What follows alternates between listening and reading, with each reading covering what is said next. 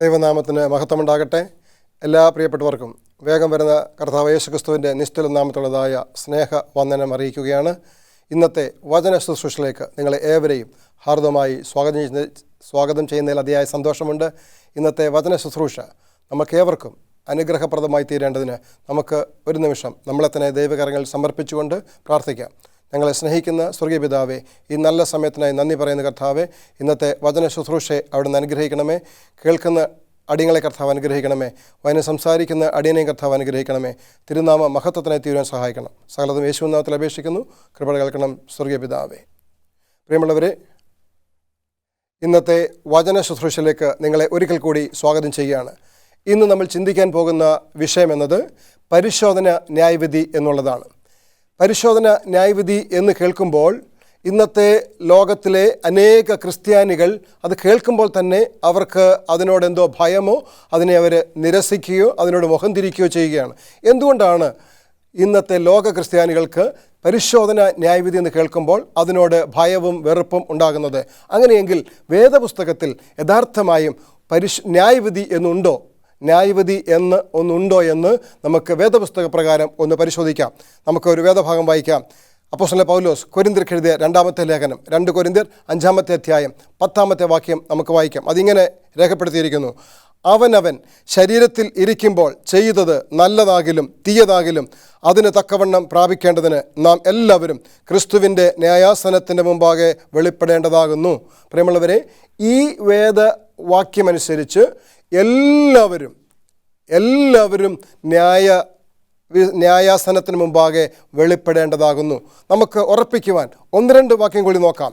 എബ്രായർക്ക് എഴുതിയ ലേഖനം 9-ാമത്തെ അധ്യായം 27-ാമത്തെ വാക്യം എന്തു പറയുന്നു? ഒരിക്കൽ മരിക്കയും പിന്നെ ന്യായവിധിയും മനുഷ്യർക്ക് നിയമിച്ചിരിക്കയാൽ. അവിടെയും പറയുന്നത് ഒരിക്കൽ മരിക്കയും പിന്നെ ന്യായവിധിയും. ഒരു വാക്യം കൂടെ നമുക്ക് നോക്കാം. 1 പത്രോസിൻ്റെ ലേഖനം 4-ാമത്തെ അധ്യായം 17-ാമത്തെ വാക്യം: ന്യായവിധി ദൈവഗ്രഹത്തിൽ ആരംഭിക്കുവാൻ സമയമായല്ലോ. അത് നമ്മിൽ തുടങ്ങിയാൽ ദൈവത്തിൻ്റെ സുവിശേഷം അനുസരിക്കാത്തവരുടെ അവസാനം എന്താകും? പ്രിയമുള്ളവരെ, നമ്മളിപ്പോൾ വായിച്ചതായ 3 വേദഭാഗങ്ങൾ നമ്മോട് വളരെ കൃത്യമായി സംശയത്തിന് ഒരു ലെവലേശം പോലും കണികയില്ലാതെ നമ്മോട് പറയുകയാണ്, എല്ലാവരും ന്യായാസനത്തിന് മുമ്പാകെ നിൽക്കേണ്ടി വരും. ഒരു ന്യായവിധി ഉണ്ട്. വേദപുസ്തകം വളരെ അസന്നിഗ്ധമായി പ്രഖ്യാപിക്കുന്നു ന്യായവിധി ഉണ്ട് എന്ന്. പിന്നെ എന്തിനാണ് മനുഷ്യൻ ന്യായവിധി എന്ന് കേൾക്കുമ്പോൾ ഭയപ്പെടുന്നത്? നമുക്ക് നോക്കാം. പ്രിയമുള്ളവരെ, ന്യായവിധി എന്ന് കേൾക്കുമ്പോൾ എന്തുകൊണ്ടാണ് ഭയപ്പെടുന്നത് എന്നത് നമുക്കൊന്ന് പരിശോധിക്കാം. 1 യോഹന്നാൻ്റെ ലേഖനം 4-ാമത്തെ അധ്യായം 17-ാമത്തെ വാക്യം ഇങ്ങനെ നമ്മൾ വായിക്കുന്നു: ന്യായവിധി ദിവസത്തിൽ നമുക്ക് ധൈര്യമുണ്ടാകുവാൻ തക്കവണ്ണം ഇതിനാൽ സ്നേഹം നമ്മോട് തികഞ്ഞിരിക്കുന്നു. അവൻ ഇരിക്കുന്നത് പോലെ ഈ ലോകത്തിൽ നാമും ഇരിക്കുന്നു. വളരെ കൃത്യമായി ഈ വേദഭാഗം നമ്മോട് പറയുകയാണ്, ന്യായവിധി ദിവസത്തിൽ നമുക്ക് ധൈര്യമുണ്ടാകുവാൻ. ന്യായവിധി ദിവസത്തിൽ നമ്മൾ ന്യായവിധിയെ ഭയപ്പെടുകയല്ല, മറിച്ച് അന്ന് നമുക്ക് ധൈര്യമുണ്ടാകണം. ധൈര്യത്തോടെ അതിനെ നമ്മൾ നേരിടണം. നമുക്ക് എങ്ങനെ മാത്രമേ അതിനെ ധൈര്യത്തോടെ നേരിടാൻ കഴിയത്തുള്ളൂ? വാക്യം നമ്മളെ കൃത്യമായി ഓർമ്മിപ്പിക്കുന്നത്, ക്രിസ്തു ലോകത്തിൽ എങ്ങനെ ഇരുന്നുവോ അതുപോലെ നാമും ഇരിക്കുകയാണെങ്കിൽ, ക്രിസ്തു നമുക്ക് ഈ ലോകത്തിൽ ജീവിച്ച് കാണിച്ചു തന്നതായ മാതൃക നമ്മൾ പിൻപറ്റി ക്രിസ്തു ജീവിച്ചതുപോലെ ഈ ലോകത്തിൽ നമ്മൾ ജീവിക്കുന്നുവെങ്കിൽ നിശ്ചയമായും ന്യായവിധിയെക്കുറിച്ച് നമുക്ക് ഭയപ്പെടേണ്ടതില്ല. മറിച്ച് നമുക്ക് ധൈര്യത്തോടെ ന്യായവിധിയെ സ്വീകരിക്കാൻ കഴിയും, അതിനു മുമ്പാകെ ചെല്ലുവാൻ കഴിയും. പ്രിയമുള്ളവരെ, എന്തിനാണ് ന്യായവിധിയുടെ ആവശ്യം എന്താണ്? ന്യായവിധിക്ക് എന്തെങ്കിലും ഉദ്ദേശമുണ്ടോ? അത് നമുക്കൊന്ന് പരിശോധിച്ച് നോക്കാം. ആവർത്തന പുസ്തകം 25-ാം അധ്യായം 1-ാമത്തെ വാക്യം ഇങ്ങനെ പറയുന്നു: മനുഷ്യർക്ക് തമ്മിൽ വ്യവഹാരമുണ്ടായിട്ട് അവർ ന്യായാസനത്തിങ്കൽ വരികയും അവരുടെ കാര്യം വിസ്തരിക്കുകയും ചെയ്യുമ്പോൾ നീതിമാനെ നീതീകരിക്കുകയും കുറ്റക്കാരനെ കുറ്റം വിധിക്കുകയും വേണം. ഈ വാക്യവും വളരെ വ്യക്തമായി നമ്മോട് പറയുകയാണ്, 2 മനുഷ്യർക്ക് തമ്മിൽ വ്യവഹാരമുണ്ടായാൽ, 2 പേർ തമ്മിൽ എന്തെങ്കിലും ഒരു വ്യവഹാരമുണ്ടായാൽ, ഒരു പ്രശ്നമുണ്ടായാൽ, ഒരു തർക്കമുണ്ടായാൽ ആ കാര്യത്തിന് തീർപ്പ് കൽപ്പിക്കണം. എങ്ങനെ തീർപ്പ് കൽപ്പിക്കാൻ കഴിയും? അത് 3-ാമത്തെ ആളിൻ്റെ അടുക്കൽ ചെല്ലണം. അങ്ങനെ 3-ാമത്തെ ആളിൻ്റെ അടുക്കൽ ചെല്ലുമ്പോൾ 3-ാമത്തെ ആളിൻ്റെ അടുക്കൽ ചെന്ന് രണ്ടുപേരുടെയും വാദഗതികൾ അവിടെ നിരത്തി അത് കൃത്യമായി പരിശോധിച്ച് കഴിയുമ്പോൾ അതിൽ ഒരാൾ കുറ്റക്കാരനെന്നും മറ്റേയാൾ കുറ്റമില്ലാത്തവനെന്നും തെളിയും. അതുകൊണ്ട് കുറ്റം ചെയ്യാത്തവന് എന്തില്ല? ന്യായവിധിയെ ഭയമില്ല. മറിച്ച് കുറ്റം ചെയ്തവന് ന്യായവിധിയെ ഭയമാണ്. അവന് ന്യായവിസ്താര സഭയിലേക്ക് പോകുവാൻ താല്പര്യമില്ല. എന്നാൽ കുറ്റം ചെയ്തവൻ എന്തു പറയുന്നു? ന്യായവിസ്താര സഭയിൽ കാണാം, അവിടെ വെച്ച് അവൻ കുറ്റവിമുക്തനായി തീർക്കപ്പെടും. അതുകൊണ്ട് പ്രിയമുള്ളവരെ, ഈ ന്യായവിധിയുടെ ഉദ്ദേശം എന്ന് പറയുന്നത് എന്താണ്? നീതിമാനെ കുറ്റവിമുക്തനാക്കുക, അല്ലെങ്കിൽ കുറ്റം ആരോപിക്കപ്പെട്ടിരിക്കുന്ന ദൈവത്തിൻ്റെ പൈതലിനെ, ദൈവജനത്തിനെ എന്തു ചെയ്യുക? കുറ്റവിമുക്തനാക്കുക എന്നുള്ളതാണ് ഈ ന്യായവിധിയുടെ പരമമായ ഉദ്ദേശം. അങ്ങനെയെങ്കിൽ പിന്നെ എന്തുകൊണ്ടാണ് മനുഷ്യൻ ഈ ന്യായവിധിയെ ഭയപ്പെടുന്നത് എന്ന് നമ്മൾ നിശ്ചയമായും മനസ്സിലാക്കേണ്ടതുണ്ട്. അപ്പോൾ നീതിമാന്മാരെ സംബന്ധിച്ചിടത്തോളം എന്താണത്? ജഡ്ജ്മെൻ്റ് എന്ന് പറയുന്നത് is A vindication for the righteous. എന്താണ്? നീതിമാന്മാർക്ക് അതവരെ കുറ്റവിമുക്തമാക്കുന്ന ഒരു പ്രവൃത്തിയാണ്. എന്നാൽ പാപികൾക്ക്, ദുഷ്ടന്മാർക്ക് എങ്ങനെയാണ് എന്നതുകൂടി നമുക്ക് പരിശോധിക്കാം. എങ്ങനെയാണ് പാപികൾ ഈ ന്യായവിധിയെ നോക്കിക്കാണുന്നത് എന്ന് നമുക്ക് നോക്കാം. ഒന്നാമത്തെ സങ്കീർത്തനത്തിൽ ഒന്നാം സങ്കീർത്തനം 1-ാമത്തെ വാക്യം മുതൽ നമുക്ക് വായിച്ചു നോക്കാം. എന്താണ് ആ വാക്യം പറയുന്നത്? ദുഷ്ടന്മാരുടെ ആലോചന പ്രകാരം നടക്കാതെയും പാപികളുടെ വഴിയിൽ നിൽക്കാതെയും പരിഹാസികളുടെ ഇരിപ്പിടത്തിൽ ഇരിക്കാതെയും യഹോവയുടെ ന്യായപ്രമാണത്തിൽ സന്തോഷിച്ച് അവൻ്റെ ന്യായപ്രമാണത്തെ രാപ്പകൽ ധ്യാനിക്കുന്നവൻ ഭാഗ്യവാൻ. യഹോവയുടെ ന്യായപ്രമാണത്തെ രാപ്പകൽ ധ്യാനിക്കുന്നവൻ ഭാഗ്യവാൻ. അവൻ എങ്ങനെയുള്ളവനായിരിക്കും? അവൻ ആറ്റരികത്ത് നട്ടിരിക്കുന്നതും തക്ക കാലത്ത് ഫലം കായ്ക്കുന്നതും ഇല വാടാത്തതുമായ വൃക്ഷം പോലെ ഇരിക്കും. അവൻ ചെയ്യുന്നതൊക്കെയും സാധിക്കും. നോക്കണം പ്രിയമുള്ളവരെ, ദൈവത്തിൻ്റെ വചനം നമ്മെ വളരെ വ്യക്തമായി ഓർമ്മിപ്പിക്കുകയാണ്. നീതിമാന്മാർക്ക് ഒന്നിനെയും ഭയപ്പെടേണ്ടതില്ല. കാരണം അവർ ന്യായപ്രമാണത്തെ രാപ്പകൽ ധ്യാനിക്കുന്നവരാണ്. ദൈവത്തിൻ്റെ വചനത്തെ രാപ്പകൽ ധ്യാനിക്കുന്നവർ ഭാഗ്യവാന്മാരാണ്. അവരെങ്ങനെയായിരിക്കും എന്ന് പറയുന്നു? അവർ ആറ്റരികത്ത് നട്ടിരിക്കുന്നതും ഇലവാടാത്തതുമായ വൃക്ഷം പോലെയും. ആറ്റരികത്ത് നട്ടിരിക്കുന്നതും തക്ക കാലത്ത് ഫലം കായ്ക്കുന്നതും ഇലവാടാത്തതുമായ വൃക്ഷം പോലെ ഇരിക്കും. അവൻ ചെയ്യുന്നതൊക്കെയും സാധിക്കും. അപ്പോൾ ഈ വാക്യപ്രകാരം, ഈ വചനപ്രകാരം, ഈ സങ്കീർത്തനം അനുസരിച്ച് നമ്മൾ നോക്കുമ്പോൾ ദൈവത്തെ അനുസരിക്കുന്ന ഒരു മനുഷ്യന് ന്യായവിധി എന്ന് പറയുന്നത് ഒരു കാരണവശാലും ആശങ്ക ഉളവാക്കുന്നതല്ല. അവൻ എപ്പോഴും എന്തു ചെയ്യുന്നു? ആറ്റരികത്ത് നട്ടിരിക്കുന്ന ഒരു വൃക്ഷം പോലെ. ആറ്റരികത്ത് നട്ടിരിക്കുന്ന വൃക്ഷത്തിൻ്റെ കാര്യം നമുക്കറിയാം. അത് എന്ത് സംഭവിക്കില്ല? വെയിലടിച്ചാലും അതിൻ്റെ ഇല വാടിപ്പോകത്തില്ല. അതിന് നിരന്തരമായ വെള്ളം ലഭിക്കുന്നത് കൊണ്ട് അതിന് ഫലഭൂയിഷ്ടമായി വളരുവാനും ഫലം കായ്ക്കുവാനും കഴിയും. എന്നതുപോലെയാണ് ദൈവത്തിൻ്റെ ന്യായപ്രമാണത്തെ രാപ്പകൽ ധ്യാനിക്കുന്ന മനുഷ്യൻ്റെ അവസ്ഥ എന്ന് ഇത് നമ്മളെ ഓർമ്മിപ്പിക്കുകയാണ്. അങ്ങനെ ഉള്ള ഒരു മനുഷ്യന് ഒരു കാരണവശാലും ന്യായവിധിയെ പേടിക്കേണ്ടതില്ല. ആറ്റരികത്ത് നട്ടിരിക്കുന്നത് പോലെ ദൈവവചനത്തിൽ നിന്ന് വെള്ളവും വളവും സ്വീകരിക്കുന്നവൻ ഇലവാടാത്ത മരം പോലെ തക്ക സമയത്ത് ഫലം കായ്ച്ചുകൊണ്ടിരിക്കുന്ന ഒരു മനുഷ്യനായിരിക്കും. അതുകൊണ്ട് അങ്ങനെയുള്ളവർക്ക് ന്യായവിധി ഒരു കാരണവശാലും ആശങ്ക ഉളവാക്കുന്നതല്ല. എന്നാൽ ദുഷ്ടന്മാരുടെ കാര്യം എങ്ങനെയാണ്? അടുത്ത വാക്യം പറയുന്നത് ദുഷ്ടന്മാർ അങ്ങനെയല്ല. നമ്മൾ ആദ്യം ദൈവത്തിൻ്റെ വചനത്തിൽ ന്യായപ്രമാണത്തെ ധ്യാനിക്കുന്നവൻ്റെ കാര്യം കണ്ടു, അതിലിഷ്ടപ്പെടുന്നവൻ്റെ കാര്യം കണ്ടു, പാപികളുടെ വഴിയിൽ നടക്കാതെ ഇരിക്കുന്നവൻ്റെ കാര്യത്തെക്കുറിച്ച് നമ്മൾ മനസ്സിലാക്കി. എന്നാൽ വചനം പറയുകയാണ് ദുഷ്ടന്മാർ അങ്ങനെയല്ല. അവർ കാറ്റ് പാറ്റുന്ന പതിര് പോലെയത്രേ. നമുക്കറിയാം, കാറ്റത്ത് ഈ നെല്ലൊക്കെ വീശിയെടുക്കുമ്പോൾ അതിനകത്തെ പതിരും മങ്കും മാറ്റിക്കളയാൻ തക്കവണ്ണം അതിനെ വീശിയെടുക്കുമ്പോൾ പതിരങ്ങ് മാറിപ്പോകും. നല്ല നെല്ല് അവിടെ നിലനിൽക്കുന്നത് പോലെ ചെറിയ പ്രശ്നം വരുമ്പോൾ, ചെറിയൊരു കാറ്റടിക്കുമ്പോൾ ദുഷ്ടന്മാരും സംഭവിക്കും, അവർ പതിര് പോലെ പോകും. അപ്പോൾ ന്യായവിധി സമയത്ത് ന്യായവിസ്താര സഭയിൽ നിൽക്കുവാൻ അവർക്ക് ധൈര്യമില്ല. കാരണം അവർ കുറ്റക്കാരാണ്. അവരുടെ മേൽ അവരുടെ കുറ്റം ഉറപ്പിക്കുക തന്നെ ചെയ്യും. അതുകൊണ്ടാണ് അവരെന്ത് ചെയ്യുന്നത്? ന്യായവിധിയെ ഭയപ്പെടുന്നത്. ആകയാൽ ദുഷ്ടന്മാർ ന്യായവിസ്താരത്തിലും പാപികൾ നീതിമാന്മാരുടെ സഭയിലും നിവർന്നു നിൽക്കുകയില്ല. ദുഷ്ടന്മാർ അങ്ങനെ അല്ലാത്തത് കൊണ്ട്. എന്തുകൊണ്ടാണ്? ദുഷ്ടന്മാർ ദൈവത്തിൻ്റെ വചനം അനുസരിക്കുന്നില്ല, ദൈവത്തിൻ്റെ വചനം അവർക്ക് ആവശ്യമില്ല എന്ന് പറഞ്ഞുകൊണ്ട് അവർക്ക് തോന്നിയതുപോലെ അവരുടെ ഇഷ്ടാനുസരണം ലോകത്തിൻ്റെ മോഹത്തിനനുസരിച്ച്, ലോകം പറയുന്നതിനനുസരിച്ച് ജീവിച്ചു പോകുന്നത് കൊണ്ട് അവർക്ക് എന്ത് ചെയ്യാൻ കഴിയുകയില്ല? ന്യായവിസ്താര സഭയിൽ നിൽക്കാൻ ധൈര്യമുണ്ടാവുകയില്ല. ന്യായവിസ്താര സഭയിൽ അവർ നിൽക്കുകയില്ല. പാപികൾ നീതിമാന്മാരുടെ സഭയിലും നിവർന്നു നിൽക്കുകയില്ല. പാപികൾ നീതിമാന്മാരുടെ സഭയിലും നിവർന്നു നിൽക്കുകയില്ല എന്ന് ദൈവത്തിൻ്റെ വചനം നമ്മളെ വളരെ വ്യക്തമായി ഓർമ്മിക്കുന്നു. പ്രിയമുള്ളവരെ, അടുത്ത വാക്യം എന്താ പറയുന്നത്? യഹോവ നീതിമാന്മാരുടെ വഴി അറിയുന്നു, ദുഷ്ടന്മാരുടെ വഴിയോ നാശകരമാകുന്നു. യഹോവ നീതിമാന്മാരുടെ വഴി അറിയുന്നു. നമ്മൾ നേരത്തെ കണ്ടതുപോലെ അപ്പോൾ ന്യായവിധി എന്ന് പറയുന്നത് സത്യമാണ്, അത് ഉണ്ട് എന്ന് വേദപുസ്തകം അസന്നിഗ്ധമായി പറയുന്നു.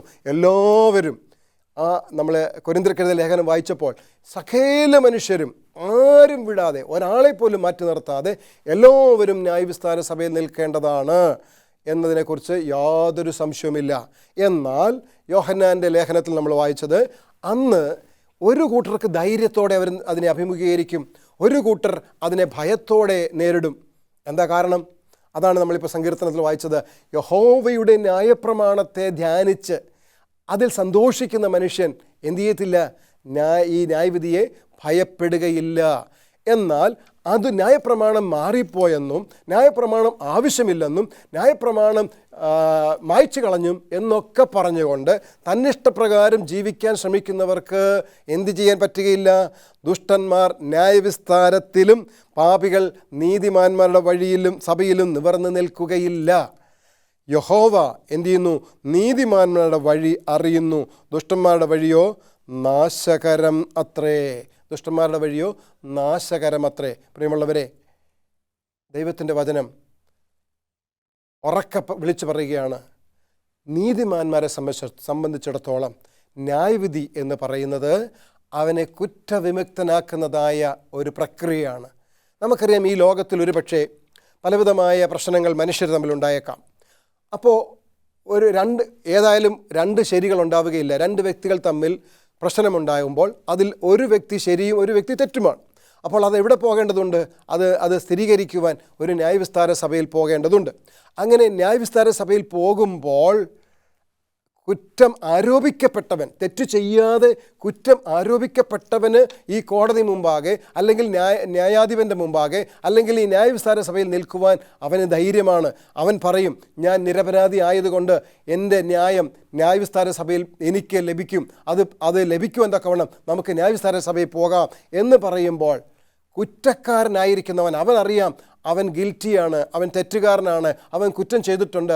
ഈ നീതിമാനെ, ഈ കുറ്റം ചെയ്യാത്തവനെ അവൻ വെറുതെ അവൻ്റെ മേൽ ആരോപിച്ചതാണ്, അവനെ കുറ്റം ചുമത്തിയതാണ് എന്നത് അവന് ബോധ്യമുള്ളത് കൊണ്ട് അവൻ ഒരു കാരണവശാലും ന്യായവിസ്താര സഭയിൽ വരുവാൻ താല്പര്യപ്പെടുകയില്ല. അതുകൊണ്ടാണ് അങ്ങനെയുള്ളവർ പറയുന്നത്, വേദപുസ്തക പ്രകാരം ഒരു പരിശോധനയില്ല, ഒരു പരിശോധന ന്യായവിധിയുമില്ല, ഇത് ദുരുപദേശമാണ് എന്ന് ആളുകൾ പറയുന്നത് അവർക്ക് ന്യായവിധിയെ പേടിയായതുകൊണ്ട്. എന്തുകൊണ്ട് അവർ പേടിക്കുന്നു? അവർ തെറ്റ് ചെയ്തിരിക്കുന്നത് കൊണ്ട്, ദൈവത്തിൻ്റെ വചനത്തെ അവർ അനുസരിച്ചിട്ടില്ലാത്തത് കൊണ്ട് അവരതിനെ ഭയപ്പെടുന്നു. എന്നാൽ നീതിമാനെ സംബന്ധിച്ചിടത്തോളം ന്യായവിസ്താര സഭ എന്ന് പറയുന്നത് അവൻ്റെ ഏക ആശ്രയമാണ്. അവനത് സന്തോഷം നൽകുന്ന കാര്യമാണ്. കാരണം ഇതുവരെ അവൻ്റെ മേൽ ആരോപിക്കപ്പെട്ടിരിക്കുന്ന കുറ്റങ്ങൾക്കെല്ലാം അവസാനം വരാൻ പോവുകയാണ്. ഈ ന്യായവിസ്താര സഭയിൽ വെച്ച് പരിശോധിച്ച് രണ്ടുപേരെയും പരിശോധിക്കുമ്പോൾ ഇവൻ കുറ്റമില്ലാത്തവനെന്ന് കാണുകയും അവനെ കുറ്റമുക്തനാക്കപ്പെടുകയും ചെയ്യുമ്പോൾ അവന് സന്തോഷിക്കുവാൻ വകയുണ്ട്. അവനത് അറിയാമെന്നതുകൊണ്ട്, അതാണ് നമ്മൾ യോഹന്നാൻ്റെ ലേഖനത്തിൽ വായിച്ചത്, ധൈര്യത്തോടെ ന്യായാസനത്തിന് മുമ്പാകെ വരുവാൻ അവൻ ധൈര്യത്തോടെ വരികയാണ്. എനിക്ക് ഈ ന്യായാസനത്തിങ്കിൽ നിന്ന് ഈ ന്യായാധിപതിയുടെ കയ്യിൽ നിന്ന് എനിക്ക് നീതി ലഭിക്കും. കാരണം ഞാൻ തെറ്റ് ചെയ്തിട്ടില്ല, ഞാൻ പാപം ചെയ്തിട്ടില്ല, ഞാൻ ചെയ്ത പാപവും തെറ്റുകളൊക്കെ ഞാൻ ഏറ്റുപറഞ്ഞിട്ടുണ്ട്. അതുകൊണ്ട് പ്രിയമുള്ളവരെ, ഈ ന്യായവിസ്താര സഭയിൽ അല്ലെങ്കിൽ ന്യായവിധിയെക്കുറിച്ച് ഭയപ്പെടാതെ, തെറ്റ് ചെയ്തിട്ടുണ്ട് എന്ന് ബോധ്യമുണ്ടെങ്കിൽ, ആ തെറ്റ് ചെയ്തിട്ടുള്ള ബോധ്യമുള്ള നിങ്ങൾ ചെയ്യേണ്ടത് ആ പാപങ്ങൾ, തെറ്റുകൾ ഏറ്റുപറഞ്ഞാൽ ക്ഷമിക്കുന്ന ഒരു ദൈവം നമുക്കുണ്ട്. അതുകൊണ്ട് ആ തെറ്റുകൾ ഏറ്റുപറയുവാൻ നമ്മളെ ദൈവസന്നിധിയിൽ തയ്യാറാക്കുമെങ്കിൽ നമുക്കും നീതിയോടെ വസിക്കാൻ കഴിയും. നമുക്ക് ന്യായവിധിയെ പേടിക്കാതെ ജീവിക്കാൻ കഴിയും. സങ്കീർത്തനത്തിൻ്റെ 6-ാമത്തെ വാക്യം പറയുന്നത്, യഹോവ നീതിമാന്മാരുടെ വഴി അറിയുന്നു, ദുഷ്ടന്മാരുടെ വഴിയോ നാശകരം തന്നെ. അപ്പോൾ നീതിമാനെ ദൈവം എന്തു ചെയ്യുന്നു? അവനെ അറിഞ്ഞുകൊണ്ടിരിക്കുകയാണ്. ആരാണ് നീതിമാനെതിരെ ആരോപണം ഉന്നയിക്കുന്നത്? എവിടെയാണ് ഈ ആരോപണം ഉന്നയിക്കുന്നത്? നീതിമാനെതിരെ പിശാച് ആരോപണം ഉന്നയിച്ചുകൊണ്ടിരിക്കുകയാണ്. സ്വർഗത്തിലെ ദൂതന്മാരുടെ മുമ്പാകെ ആരോപണം ഉന്നയിച്ചുകൊണ്ടിരിക്കുകയാണ്. എന്നാൽ ആരറിയുന്നു ഇതെല്ലാം? ദൈവം അറിയുന്നു. യഹോവ എന്തു ചെയ്യുന്നു? നീതിമാൻ്റെ വഴി അറിയുന്നു. അവൻ നടക്കുന്നതും അവൻ ചിന്തിക്കുന്നതും അവൻ പ്രവർത്തിക്കുന്നതും അവൻ്റെ ആലോചനകളും എല്ലാം ദൈവം അറിയുന്നു. എന്നാൽ നീതിമാനെക്കുറിച്ച് ദൈവം അങ്ങനെ അറിയുന്നത് കൊണ്ട് അവന് ധൈര്യമുണ്ട്, അവന് ഭയമില്ല. എന്നാൽ ദുഷ്ടൻ അങ്ങനെയാണോ? ദുഷ്ടൻ അങ്ങനെയല്ല. അങ്ങനെയാണ് വേദപുസ്തകം പറയുന്നത്. തിരുവചനം അങ്ങനെയാണ് പറയുന്നത്, ദുഷ്ടന്മാരുടെ വഴിയോ നാശകരമാകുന്നു. ദുഷ്ടന്മാരുടെ വഴിയോ നാശകരമാകുന്നു, അവർക്ക് നേരോടെ നിൽക്കുവാൻ കഴിയത്തില്ല എന്നാണ് ഈ വചനം നമ്മളെ ഓർമ്മിപ്പിക്കുന്നത്. നമുക്ക് യെശയ്യാപ്രവചനം 61-ാമത്തെ അധ്യായം 8-ാമത്തെ വാക്യം കൂടി ഒന്ന് വായിക്കാം. യെശയ്യാപ്രവചനം 61-ാം അധ്യായം 8-ാമത്തെ വാക്യം പറയുന്നത്, യഹോവയായ ഞാൻ ന്യായത്തെ ഇഷ്ടപ്പെടുകയും അന്യായമായ കവർച്ചയെ വെറുക്കുകയും ചെയ്യുന്നു. ആ വാക്യം ഒന്നുകൂടി ശ്രദ്ധിക്കാം. യഹോവയായ ഞാൻ ന്യായത്തെ ഇഷ്ടപ്പെടുകയും അന്യായമായ കവർച്ചയെ വെറുക്കുകയും ചെയ്യുന്നു. ഞാൻ വിശ്വസ്തയോടെ അവർക്ക് പ്രതിഫലം കൊടുത്ത് അവരോട് ഒരു ശാശ്വത നിയമം ചെയ്യും. ഞാൻ വിശ്വസ്തയോടെ അവർക്ക് പ്രതിഫലം കൊടുത്ത് അവരോട് ഒരു ശാശ്വത നിയമം ചെയ്യും. പ്രിയമുള്ളവരെ, ഈ വാക്യമനുസരിച്ച് വേദപുസ്തകം നമ്മോട് പറയുകയാണ്, ന്യായവിധിയെ ദൈവം ഇഷ്ടപ്പെടുന്നു. അങ്ങനെയെങ്കിൽ പ്രിയമുള്ളവരെ, എൻ്റെ ചോദ്യം, ദൈവം ഇഷ്ടപ്പെടുന്നത് നമ്മളും ഇഷ്ടപ്പെടുകയല്ല വേണ്ടത്? നമ്മൾ വായിച്ചത് എന്താണ്? ന്യായവിധിയെ ദൈവം ഇഷ്ടപ്പെടുന്നു. ദൈവം ഇഷ്ടപ്പെടുന്ന ന്യായവിധിയെ നമ്മളും ഇഷ്ടപ്പെടുകയല്ലേ ചെയ്യേണ്ടത്? മറിച്ച് ദൈവം ഇഷ്ടപ്പെടുന്ന ന്യായവിധിയെ നമ്മൾ ഇഷ്ടപ്പെടാതെ അത് അങ്ങനെയൊന്നില്ല എന്ന് പറഞ്ഞ് നമ്മളെ തന്നെ വിശ്വസിപ്പിക്കാൻ നമ്മൾ ശ്രമിക്കുന്നത് നമ്മളോട് തന്നെ ചെയ്യുന്ന വഞ്ചനയല്ലേ? നമ്മളോടും മാത്രമല്ല, നമ്മൾ മറ്റുള്ളവരോടും ആ വഞ്ചന ചെയ്യുകയാണ്. മറ്റുള്ളവരും എന്തു ചെയ്യുകയാണ്? ആ തെറ്റിൽ നിലനിന്ന് പോകുവാൻ നമ്മൾ കാരണമാക്കി കൊടുക്കുകയാണ്. സഭാപ്രസംഗിയുടെ പുസ്തകം 5-ാമത്തെ അധ്യായം 8-ാമത്തെ വാക്യം ഇങ്ങനെ വായിക്കുന്നു, ഒരു സംസ്ഥാനത്ത് ദരിദ്രനെ പീഡിപ്പിക്കുന്നതും നീതിയും ന്യായവും എടുത്തു കളയുന്നതും കണ്ടാൽ നീ വിസ്മയിച്ചു പോകരുത്. ഉന്നതനു മീതെ ഒരു ഉന്നതനും അവർക്ക് മീതെ അത്യുന്നതനും ജാഗരിക്കുന്നു. നോക്കുക, എന്താണ് വചനം പറയുന്നത്? ഒരു സംസ്ഥാനത്ത് ദരിദ്രനെ പീഡിപ്പിക്കുന്നതും നീതിയും ന്യായവും എടുത്തു കളയുന്നതും കണ്ടാൽ, ഈ ഭൂമിയിൽ നമുക്കൊരുപാട് അനുഭവങ്ങൾ അങ്ങനെ പറയാൻ കാണും. എത്രയോ പേരുടെ കാര്യങ്ങൾ, അയ്യോ അവന് നീതി കിട്ടിയില്ല, അവന് ന്യായം ലഭിച്ചില്ല. കാരണം ഈ ലോകത്തിലെ കോടതികൾ വിധിക്കുന്നതൊക്കെ ന്യായമായിട്ടാകണമെന്നില്ല. അവർക്ക് ലഭ്യമായിരിക്കുന്ന അറിവിൻ്റെ വെളിച്ചത്തിലോ അവരുടെ മുമ്പാകെ വന്നിരിക്കുന്നതായ തെളിവിൻ്റെ വെളിച്ചത്തിലോ ഒക്കെ ആയിരിക്കാം അവർ ന്യായം വിധിക്കുന്നത്. ഒരുപക്ഷെ അവർക്ക് അവരുടേതായ സ്വാർത്ഥ താല്പര്യങ്ങളും ഒരുപക്ഷെ അതിൽ കണ്ടെന്ന് വരാം. അപ്പോൾ സംസ്ഥാനത്ത് എന്ത് നടക്കുന്നു എന്നാണ് വചനം പറയുന്നത്? സംസ്ഥാനത്ത് ദരിദ്രനെ പീഡിപ്പിക്കുന്നു. ദരിദ്രന്മാരെ പീഡിപ്പിച്ചുകൊണ്ടേയിരിക്കുന്നതായ അവസ്ഥ സംസ്ഥാനത്തുണ്ട്. അങ്ങനെ പീഡിപ്പിക്കുന്നതും നീതിയും ന്യായവും എടുത്തു കളയുന്നതും, അവന് ലഭ്യമാകേണ്ട നീതിയും ന്യായവും എടുത്തു കളയുന്നു. അങ്ങനെ നീതിയും ന്യായവും എടുത്തു കളയുന്നതും കണ്ടാൽ നീ വിസ്മയിച്ചു പോകരുത്. ഇങ്ങനെയൊക്കെ ലോകത്തിൽ നടക്കുന്നത് കാണുമ്പോൾ നീ എന്ത് ചെയ്യരുത്? വിസ്മയിച്ചു പോകരുത്, നീ അതിശയിച്ചു പോകരുത്. നീ അതിലൊന്നും അയ്യോ ഇങ്ങനെയൊക്കെയാണോ ലോകത്ത് നടക്കുന്നത് എന്ന് വിചാരിച്ച് വിസ്മയപ്പെടേണ്ട കാര്യമില്ല. കാരണം എന്താണ്? ഈ ലോകത്തിലെ ന്യായാധിപതിക്ക് മീതെ ഒരു ന്യായാധിപതിയുണ്ട്. അതാണ് ഉന്നതന് മീതെ ഒരു ഉന്നതനും അവർക്ക് മീതെ അത്യുന്നതനും ജാഗരിക്കുന്നു. ഉന്നതന് മീതെ ഒരു ഉന്നതൻ. ഈ ന്യായം വിധിച്ച ന്യായാധിപതിക്ക് മീതെ ഒരു ന്യായാധിപതി. ഈ സർവ്വലോകത്തിലെയും നമുക്കറിയാം, കോടതിയുടെ ലെവൽ നമുക്കറിയാം. എന്താ പറയുക, മുനിസിപ്പൽ കോടതി, അത് കഴിഞ്ഞ് ഡിസ്ട്രിക്ട് കോടതി, അത് കഴിഞ്ഞ് ഹൈക്കോടതി, പിന്നെ സുപ്രീം കോടതി, അങ്ങനതായ കോടതികളുടെ പല നിലവാരങ്ങളോ ലെവലുകളോ ഉണ്ട്.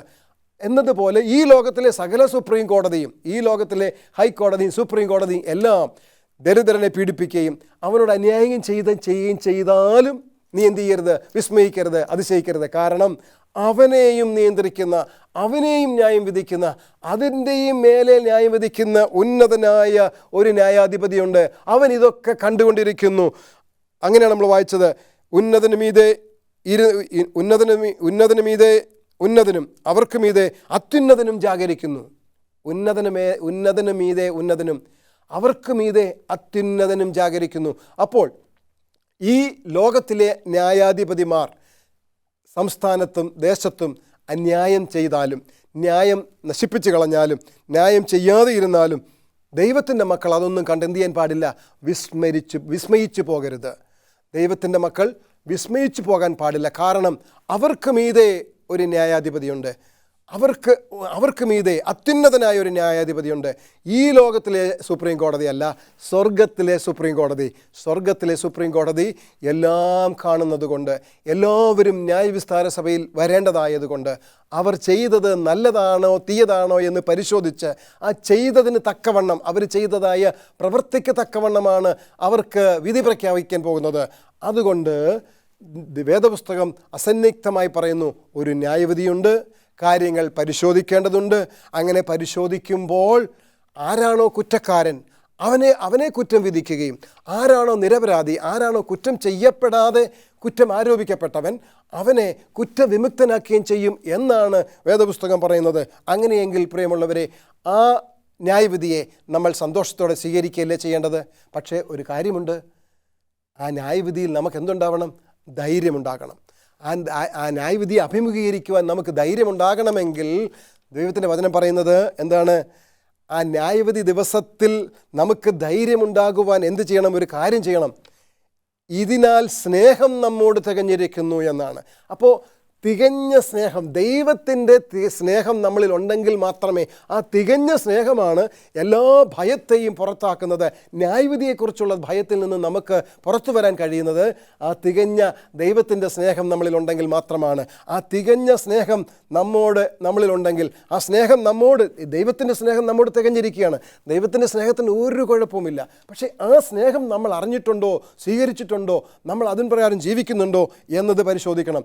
അങ്ങനെ ആ സ്നേഹത്തെ ഉൾക്കൊണ്ട്, ആ സ്നേഹത്തിൽ നമ്മൾ ഈ ലോകത്തിൽ ക്രിസ്തു ജീവിച്ച മാതൃക പ്രകാരം നമ്മൾ ജീവിക്കുന്നുണ്ടെങ്കിൽ നമുക്ക് ന്യായവിധിയെ ഭയപ്പെടേണ്ടതില്ല. നമുക്ക് വളരെ ധൈര്യത്തോടെ നമ്മുടെ മേൽ കുറ്റം ആരോപിച്ചവനെ നോക്കിക്കൊണ്ട് നമുക്ക് പറയാം, ഈ ന്യായാധിപതിക്ക് മേലിലും ഒരു ന്യായാധിപതിയുണ്ട്, സ്വർഗത്തിലൊരു ന്യായാധിപതിയുണ്ട്. അവൻ ഈ കുറ്റക്കാരൻ, ഈ ന്യായാധിപതിയെ ശരിയായ വിധത്തിൽ കുറ്റം വിധിക്കും. പ്രിയമുള്ളവരെ, അങ്ങനെയാണെങ്കിൽ നമുക്ക് എന്തു ചെയ്യാം? സങ്കീർത്തനക്കാരൻ പറഞ്ഞതുപോലെ ന്യായപ്രമാണത്തെ ധ്യാനിക്കാം, അതിൽ സന്തോഷിക്കാം. അങ്ങനെ സന്തോഷിക്കുമ്പോൾ ന്യായവിധിയെ നമുക്ക് ഭയപ്പെടേണ്ടതില്ല. അങ്ങനെ ഭയപ്പെടാതിരിക്കുവാൻ പ്രിയമുള്ളവരെ, ദൈവം നിങ്ങളെ ആഹ്വാനം ചെയ്യുകയാണ്. നിങ്ങൾ ഒരു കാര്യം മനസ്സിലാക്കുമോ? ഈ ന്യായവിധിയിൽ നമുക്ക് സന്തോഷിക്കാൻ തക്കവണ്ണം നമുക്ക് നമ്മളെ കുറ്റവിമുക്തനാക്കുന്നതായതുകൊണ്ട് നമുക്ക് നമ്മളെ പൂർണ്ണമായി ദൈവകരങ്ങളിൽ സമർപ്പിക്കാം. നമുക്കൊരു നിമിഷം പ്രാർത്ഥിക്കാം. ഞങ്ങളെ സ്നേഹിക്കുന്ന സ്വർഗീയ പിതാവേ, ഇത്രയും സമയം ഞങ്ങളെ കേൾപ്പിച്ചതായ നല്ല വചനത്തിനായി നന്ദി പറയുന്ന കർത്താവേ, ന്യായവിധിയെക്കുറിച്ച് അവിടെ ഞങ്ങളെ കേൾപ്പിച്ചല്ലോ. ന്യായവിധി വിശുദ്ധന്മാർക്ക് സന്തോഷത്തിനുള്ള വകയാണ്. ഒന്നിനെക്കുറിച്ചും ഭയപ്പെടേണ്ടതില്ല. അതവർക്ക് ധൈര്യം നൽകുന്നതാണ്. ആയതിനാൽ കർത്താവേ, ഞങ്ങൾ ധൈര്യത്തോടെ ന്യായവിധിയെ നേരിടുവാൻ ഞങ്ങൾക്ക് ആ തികഞ്ഞ സ്നേഹം ഞങ്ങളിൽ നിറയ്ക്കണമേ. വചനം കേട്ട എല്ലാവരെയും കർത്താവ് അനുഗ്രഹിക്കണമേ. സകലതും യേശുവിൻ നാമത്തിൽ അപേക്ഷിക്കുന്നു. കൃപ കേൾക്കണം സ്വർഗീയ പിതാവേ.